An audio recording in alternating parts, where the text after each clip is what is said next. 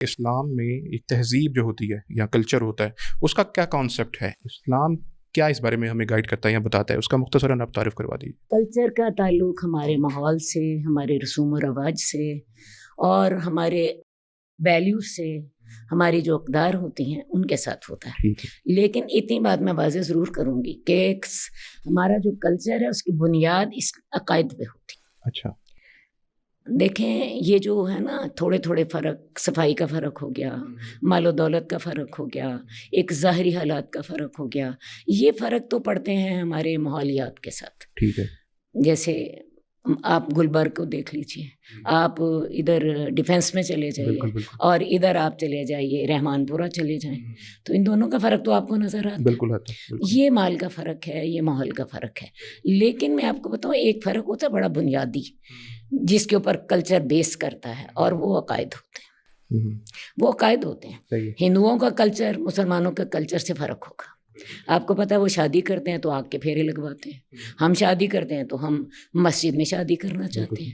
تو کلچر کی بنیاد تو ہمارے عقائد پر ہوتی ہے، لیکن اس کا بہت سا تعلق ہمارے ماحول سے، ہمارے رسوم و رواج سے بھی ہوتا ہے۔ بالکل صحیح۔ اب شریعت نے ہمیں جو ہے ایک نظام تو دیا ہے ہر معاملے میں، وہ نظام ہمارا عبادات کا بھی ہے، وہ نظام ہمارے اخلاقیات کا بھی ہے، وہ نظام ہمارا جو ہے اقدار کا بھی ہے، کون سی ویلیوز اچھی ہیں۔ اب دیکھیں ہمارے پاکستان میں دیکھ لیں یا مسلم ممالک میں دیکھ لیں، ہر جگہ پہ آپ دیکھیں گے عورت کی عزت ہے۔ وجہ کیا ہے؟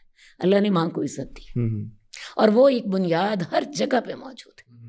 تو اس لیے ماحولیات کا تعلق ایک علیحدہ چیز ہے، وہ بھی اثر ہوتا ہے، لیکن یہ جو عقائد کا تعلق ہے، اب دیکھیں چھوٹے بڑے کا خیال رکھنا ہے۔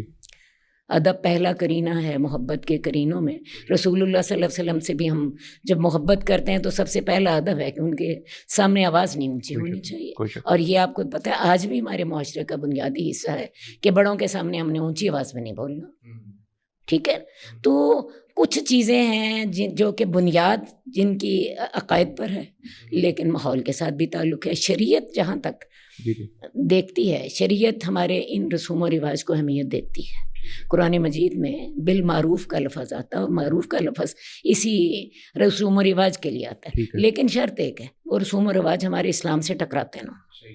اگر تو اسلام سے ٹکرائیں گے تو پھر اسلام ان کو تبدیل کرنے کی بالکل ٹھیک کو کہتا ہے، لیکن اگر وہ اسلام کے رواج کے مطابق ہوں تو اسلام ان کی اجازت دیتا ہے۔ بالکل صحیح۔